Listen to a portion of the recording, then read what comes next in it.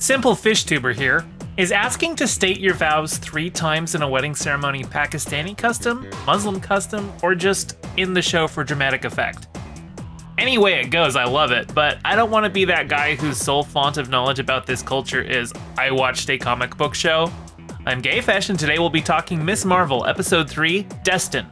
But before we get started, make sure to like, subscribe, and ring the bell. Spoilers ahead.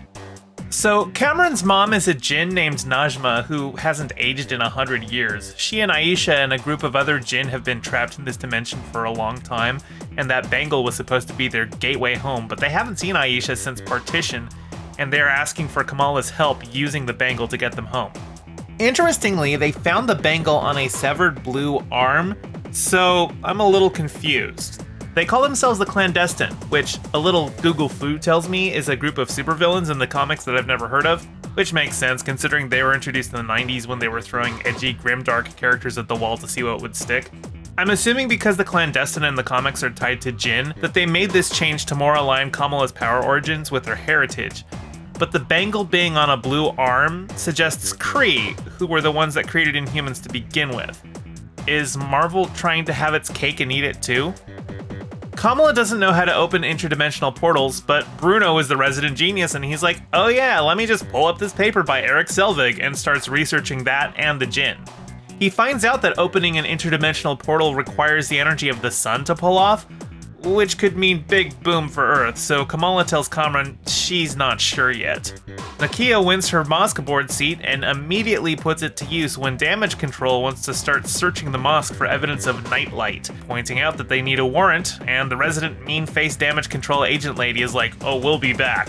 When Nakia tells Kamala about it, she starts to feel guilty that she's brought this attention to their community and is beginning to doubt whether she wants her powers, whether she's doing more harm than good. With Damage Control sniffing around and Kamala's brother's wedding happening this episode, I went in fully expecting them to crash the wedding. But it's actually the Clandestine who do it, because they read Kamala's texts to Kamran and are like, we've tried being nice for a couple hours, now let's use violence instead. Kamala pulls the fire alarm, which for some reason doesn't cause the kitchen staff to evacuate, and has to put up a lot of shields to defend herself against their attacks, but once Bruno gets hurt trying to defend her, she grows a big stretchy embiggened fist and punches the entire room.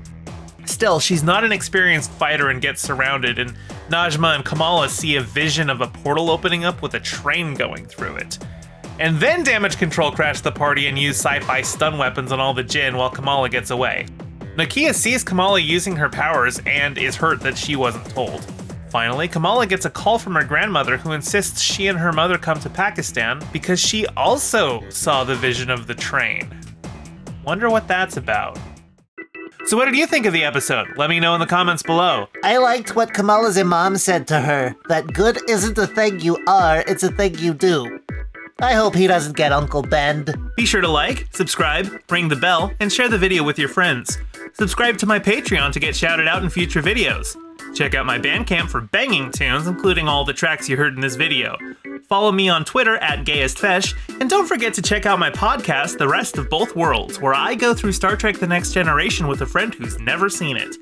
Thank you to all my patrons, with a special shout out to Piftle Cakes and Renee Vorbeck. Your support is greatly appreciated. See you all in the next video.